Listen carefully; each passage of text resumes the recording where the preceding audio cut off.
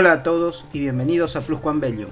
Gracias a aquellos que se han suscrito al canal y a los que no, espero que lo hagan pronto. Hoy hablaremos con el controlador aéreo del Aeropuerto Internacional Benito Juárez de la Ciudad de México, Enrique Colbeck. Hoy hablaremos con él sobre la detección de los globos espías que están volando por el mundo. Mi nombre es Enrique Jaime Colbeck Vergara. Soy controlador de tránsito aéreo en México, en el aeropuerto Benito Juárez, y sigo sigo vigente, estoy trabajando y actualmente pues soy controlador ruta en México, radar, y a eso me dedico. También soy piloto aviador, pero yo a eso ya ahorita ya no vuelo. Bueno, ¿viste los últimos acontecimientos que estuvieron ocurriendo en Alaska? Ayer a la noche cerraron el espacio aéreo, la Administración Federal de Aviación de los Estados Unidos cerró el espacio aéreo durante una hora, entre las 22 horas de acá de Buenos Aires y las 23 horas aproximadamente del estado de Montana. La pregunta es la siguiente. Primero, ¿cómo comunica la actuación militar a los controladores de vuelo, en este caso a través de la Administración Federal de Aviación, que se cierre el espacio aéreo? Las causas pueden ser de carácter meteorológico, pueden ser de seguridad nacional, pueden ser de algún problema eh, con una aeronave que no se tenga comunicación y que esté en un espacio en el cual va a interactuar con otras y esta tenga una dificultad para aterrizar, volar o desplazarse y que no haya manera de cómo darle instrucciones o comunicarse con el piloto.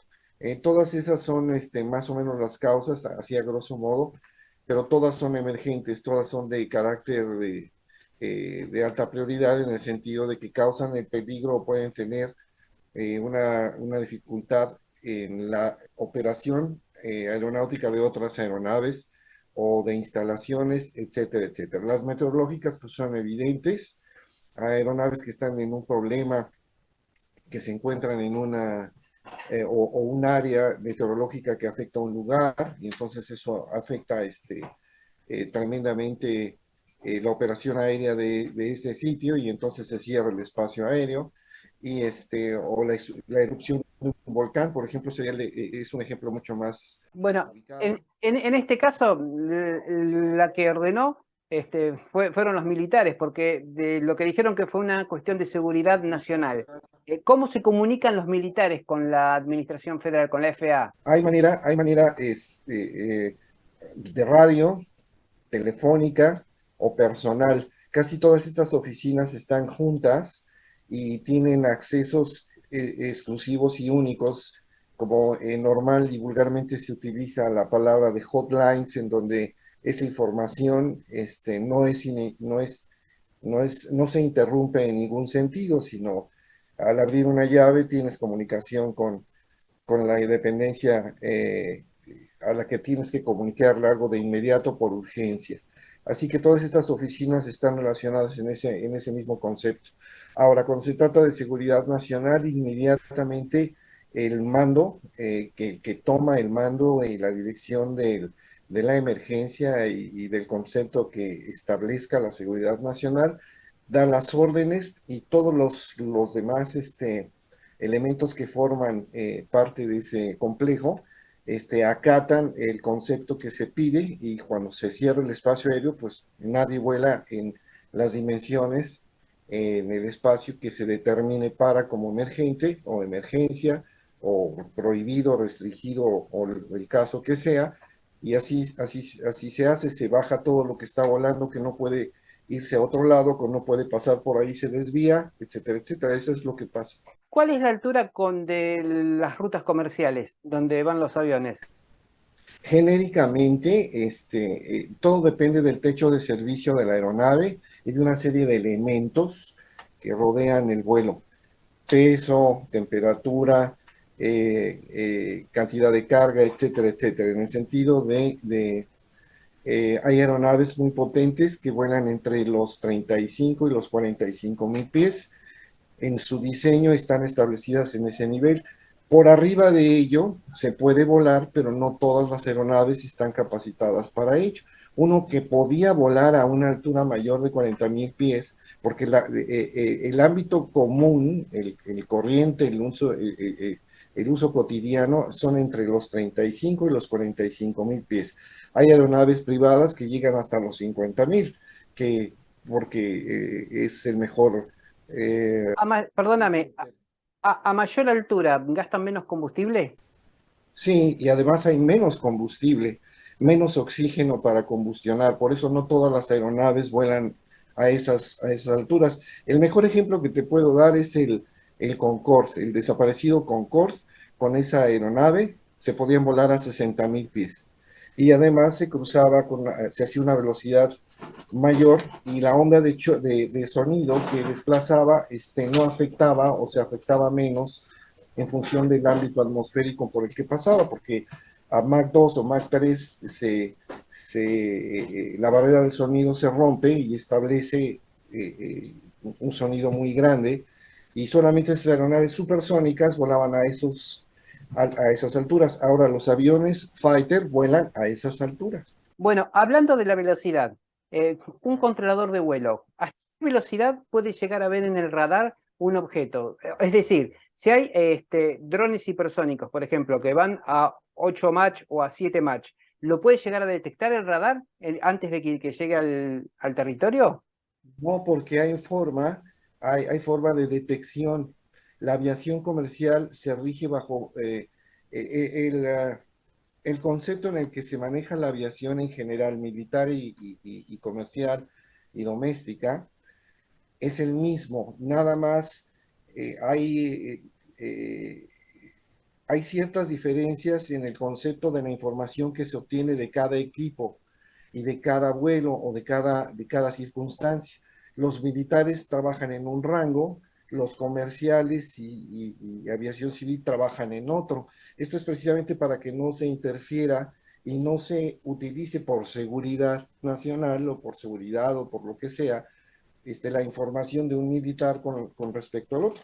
Ejemplo, tú tienes una aplicación que se llama, que seguro la conoces, se llama Flight Radar Pro de 24 o algo así.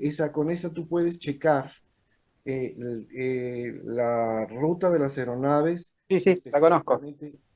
Todo eso que tú sabes ahí lo obtienes en ese rango de trabajo que es el ámbito comercial. Pero no vas a encontrar ahí información de aeronaves militares. ¿Por qué? Porque trabajan en otro código, en otro concepto, y la información que se obtiene de la aeronave es diferente y está Ahora, limitado. bien, perfecto. ¿Por qué me decís que a un objeto movilizándose a 7 u 8 Mach no puede llegar a ser detectado por los radares? ¿Porque no están preparados los radares para detectar en esa No, velocidad? no, es que para esto se necesita un equipo a bordo de la aeronave que te diga qué está haciendo y cómo lo está haciendo. Y aquí también hay dos formas de detecciones, el radar primario y el radar secundario. Aquí es lo que te explicaba la vez anterior. El radar primario equivale a una onda de choque de energía que emite una antena que tiene una cierta potencia, que se va a la atmósfera y que tiene un alcance, un rango en la distancia y en la altura. Y después por gravedad esa se debilita y baja. Entonces, esa no tiene procesamiento para que tú lo detectes como si fuera, como actualmente recibimos las aeronaves, que es un punto con un vector de posición y una etiqueta que te establece el nombre de la aeronave, la identificación, el tipo de aeronave, velocidad, altitud, etcétera, etcétera. En Eso el es radar, el transponder, perdóname. eso es el transponder. Tú, así como tienes tu carro, en tu carro tienes un radio, bueno, pues así tú sintonizas una frecuencia de transmisión, aparte tienes un código digital el cual de 4 dígitos, el cual activas y tu equipo está transmitiendo tu posición, etcétera, etcétera, y yo la estoy recibiendo de acuerdo a ese código que sintonizo cuando tú estás volando. Perfecto, este es en el ámbito Ese es civil. el radar Ese es el radar secundario. En el radar primario no existe tal. Yo puedo ver pájaros, aviones, coches, montañas, nubes, etcétera, etcétera. Y la eliminación de eso, para que yo nada más vea aviones, es muy limitada en cuanto a que hay equipos de cómputo o equipos de diseño determinados en el diseño para que tú no veas una montaña, por ejemplo. ¿Cómo se hace? Es muy sencillo. La aeronave, la antena gira, manda una señal, choca con un objeto sólido y regresa. Y ahí te da la posición. Cada vez que pega con un objeto sólido que no se mueve, lo elimina con un determinado tiempo. Solo los que están en movimiento. Exactamente. Y ese es el espíritu para el radar, para que tú des en radar primario. Esto quiero que quede bien claro, porque es lo que va a aclarar el concepto que tú vas a ver o leas o verifiques o tengas ahí de información. Y discúlpame, y el NORAD, que fue quien detectó tanto el de Yukon como el de Montana y el de Alaska, ¿utilizó el radar primario para la detección? Seguro que sí, por supuesto. Además, esos equipos van engarzados en cualquier aeropuerto internacional de cualquier parte del mundo. Existe señal primaria y secundaria. La primaria te da la ubicación correcta de la aeronave que coincide además con la posesional del GPS del aparato cuando te está dando a ti la posición por medio de su radio que se llama transponder, y por eso es que tú tienes una identificación positiva del radar primario que está allí y además el secundario que te dice quién es. En este caso, pues me voy a adelantar un poco a lo que tal vez ibas a preguntar, pero en este caso, quienes derribaron eso sabían a qué le iban a tirar. Eso es evidente, porque O hubo sea, detección. hubo detección primaria, pero vos me decís que sabían lo que había, Sí, sabían el tamaño del objeto, o a qué. bueno, el, eh, ahorita hay forma de cómo hay mm, ciertos conceptos modernos que se trabajan con los equipos ahora para determinar distancias, altitudes, velocidades y demás.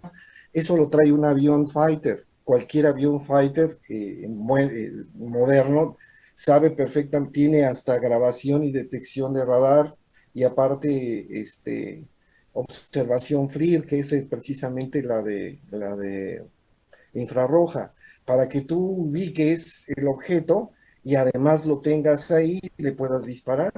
O además lo veas. Hay equipos que a eso se dedican. Entonces, estos señores sabían a qué le pegaban. No, no es nada extraordinario, ¿eh? ¿Alguna vez desde tu puesto de trabajo, vos necesitaste algún dron? Sí, de hecho, trabajamos con drones militares. A mí, esto es otra cosa que también la gente en común no conoce. Y te voy a dar varios ejemplos, dos ejemplos nada más. Eh, Cada vez que sale un globo que va a cruzar las altitudes eh, del espacio aéreo convencional para donde se desarrolla la aviación comercial, siempre van equipados, aparte de con los equipos de detección y de investigación que llevan para la atmósfera, temperaturas y demás, o lo que vayan a investigar, y cámaras, llevan un transponder precisamente para que la aviación que se desarrolla alrededor no se meta o tenga la precaución de ubicar ese globo y lo evite.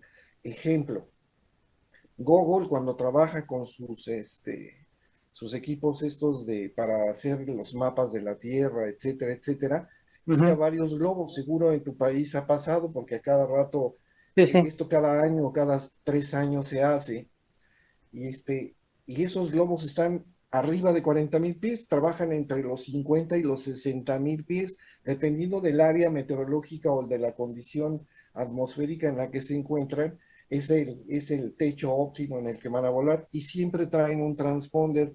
Y la aviación en general, la que es correctamente la sensata, la ubicada, la legal, la racional, le comunica a un país y le pide permiso de que esos globos pasen por su espacio aéreo Claro. y que se tomen en cuenta para que tu aviación particular no interfiera con ellos o ellos no interfieran con las tuyas, sobre todo si estas de alguna manera cruzan las aerovías o la red de aerovías y de rutas en tu país. Eso pasa en cualquier parte del mundo. Ese es el mejor ejemplo que te puedo dar. Y siempre van con un transponder para que tú las ubiques, porque si están arriba están volando entre 50 y 60, pues no lo vas a detectar en forma primaria jamás. Te pregunto, ¿qué pensás vos?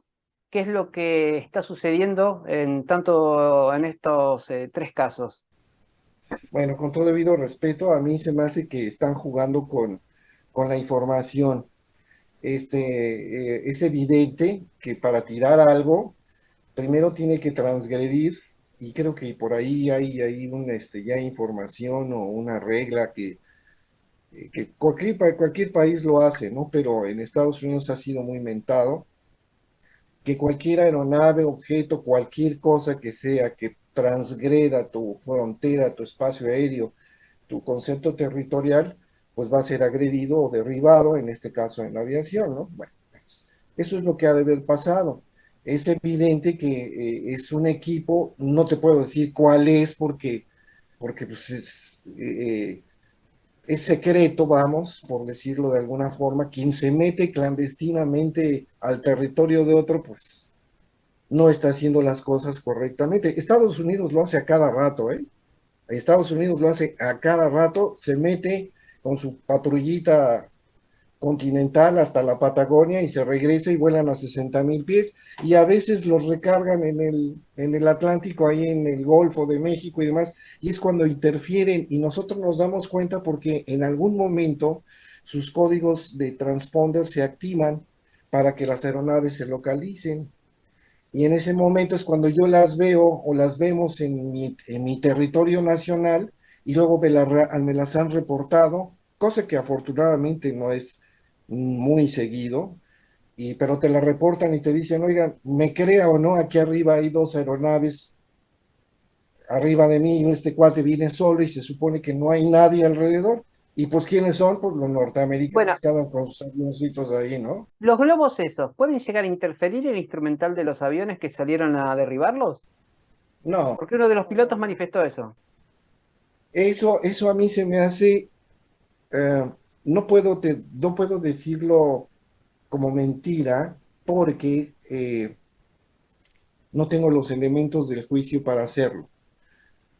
A mí se me hace que está manejada la información, porque tú no sales y no sacas la operación de un avión militar, por muy rico que sea el país, es un dinero muy grande, ¿eh? Mover una Claro, aeronave de ese estilo que valen como es de 30 miles de millones de dólares dólares una hora de vuelo. y moverlos a velocidad magna en el combustible que se gastan y demás, no es una operación barata en ningún sentido. Entonces, sacar varias aeronaves de combate para hacer una incursión de ese estilo deben de estar perfectamente seguros de qué es lo que pasa. Así, y aún así hay accidentes.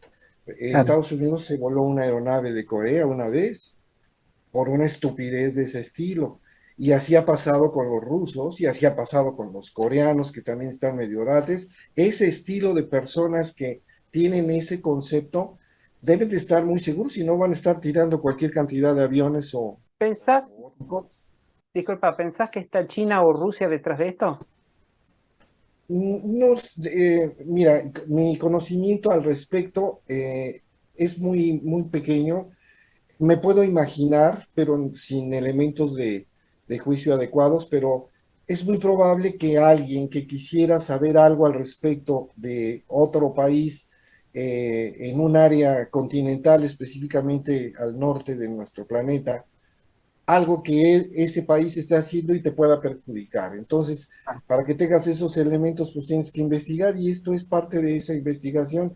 Ujú. Una es legal, la otra es clandestina y lo que estamos viendo prácticamente es la incursión y clandestina de algún objeto que no sé ni cómo es, pero si los drones, esto me llamó mucho la atención, creo que alcancé a leer por ahí que estaban seguros que no era tripulado. Sí. Pues si están seguros que no Es era más, calculado, pues saben perfectamente a qué le pegaron. ¿Estás de acuerdo? ayer en el que derribaron en el Yukon, en Canadá, dijeron que era un objeto cilíndrico. Y en el que derribaron en Alaska, que era del tamaño de un auto pequeño, de un small car. O sea, y sólido. Dijeron y sacaron al aire si tenían alas, si tenían cabina, si No, tenían antenas, si no dijeron tenían nada. motores propulsores, y no te lo van a decir, pero Bueno, seguro el que lo tiró sabe perfectamente bien a qué le en una de las tiraron. noticias que leí, vos sabés que decía que fue uno de los F-15 que despegó, no, perdón, del F-22 o el F-35, que fue, creo que fue el que derribó en el Son Alaska. los que manejan ahí. Ajá. Bueno, creo que dijo que no se veía sistema de propulsión uno de los pilotos. Así que, Sí, es muy probable, sí, pero con todo debido respeto, y lo digo como mm, con la experiencia que tengo en el ámbito de la aviación, eh, un piloto de esta categoría, cuando identifica algo a lo que le va a pegar y lo ubica para tirarlo, ¿tú crees que no se da cuenta cómo es? sí, seguro. Honestamente. ¿Qué visibilidad tiene un piloto a esa altura? No, infinita. Nosotros decimos en la aviación que tenemos una visibilidad cuando es completamente despejado y así hasta el día de mañana, ¿no? Porque se puede ver el día en el planeta, se ve la curvatura de la Tierra a 60.000 pies, ¿ves? Todo. Y no hay nubes a 60.000 pies. Bueno, sí Claro. llega a haber nubes, pero no de esa categoría, ¿no? Nada que impida la visibilidad. O sea, es evidente que aquellas personas a lo que interceptaron, entre comillas, porque otra cosa, tampoco en los comunicados, o por lo menos nadie me ha dicho, que este objeto al que tiraron o esto hubiera puesto resistencia, ¿eh? Claro. Entonces, también es absurdo. ¿Estamos de acuerdo? Sí, sí. Para que tú tires algo, cuando te atreves a eso, es porque estás seguro de que o te va a agredir O está o haciendo ves. espionaje o algo por el estilo. Exacto. Y aquí hay dos cosas que mencionaron. Vuelo errático, pues, es el de un dron o el de una afectado por viento, probablemente a esa altura. O un globo que tiene características específicas y trae equipo de investigación. Y Claro. también todo eso pues tiene lógica en el concepto. Y yo me tomo el albedrío de tumbarlo si está en mi espacio y no es mío. Así de simple. Vos De eso no se trata. como controlador de vuelo civil, ¿tenés obligación de avisar a las autoridades si detectás un elemento o algo que está en el espacio aéreo? Por supuesto, y lo mismo es aquí, en la Patagonia, en Alaska, en Groenlandia, en Y, China, en y todos en tu lados. caso en México, ¿a qué autoridad tenés que avisar? De inmediato a la comandancia del aeropuerto, que es la autoridad aeronáutica, que en este caso allá es la FAA, la Federal Aviation Agency, y aquí es la Dirección General, que ahora también es una federación, vamos, no sé cuál sea en Argentina, pero esas son las autoridades aeronáuticas a las que primero le informas porque afecta tu trabajo, Claro. tu calidad de servicio y puede poner en riesgo las operaciones que están bajo tu responsabilidad.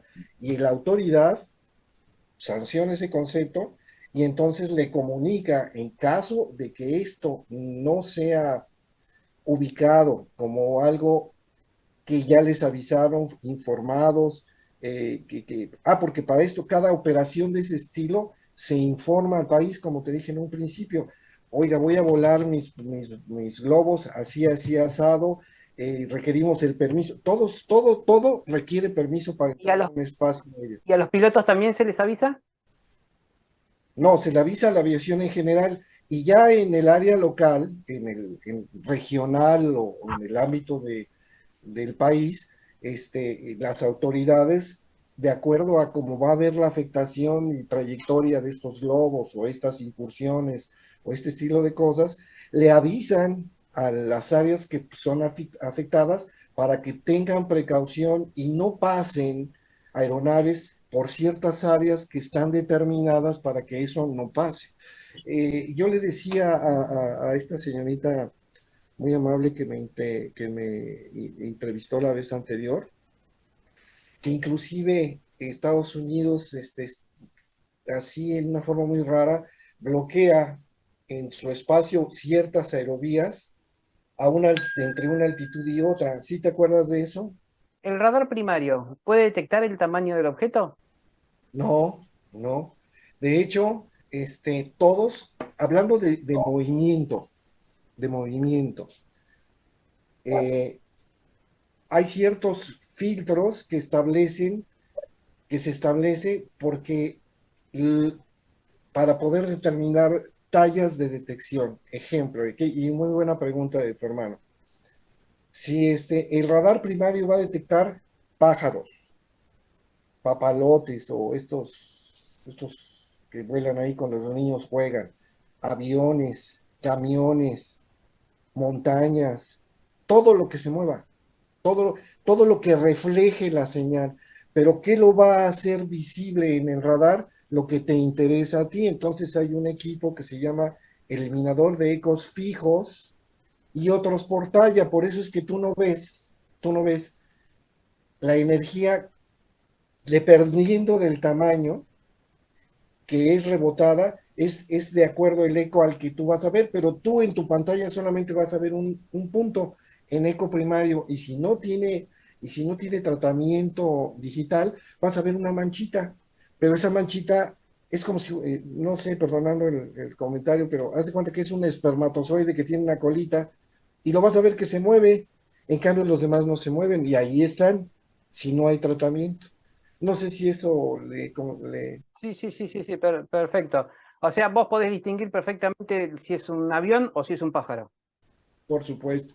Y luego aparte, estos equipos traen una detección FLIR, que es la infrarroja, y con eso sabes perfectamente bien cuál es la figura. Y además tú te das cuenta cuando estos bombarderos disparan a tierra en la noche, que no se ve, nadie ve nada, salvo el dron o el elemento artillado al que va a disparar, y ves perfectamente la silueta de la casa. ¿Se graban las pantallas o sea, se graba un video sobre todo lo que está aconteciendo en el espacio La aéreo? comunicación, el video de lo que ve el piloto y además de la conducta de la aeronave en las famosas cajas negras. Todos esos equipos están a bordo. O sea que Todo eso en estos tres casos tiene que haber grabación de lo que es el controlador aéreo de la zona, más allá de lo del NORAD.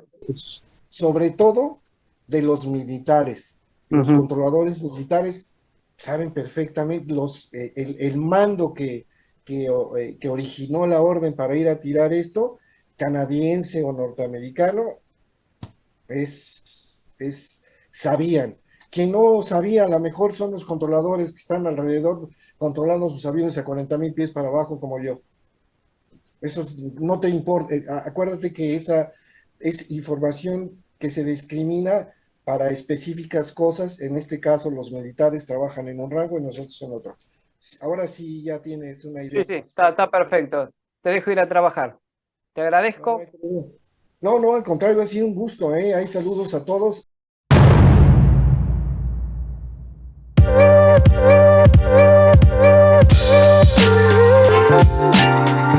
Suscríbete.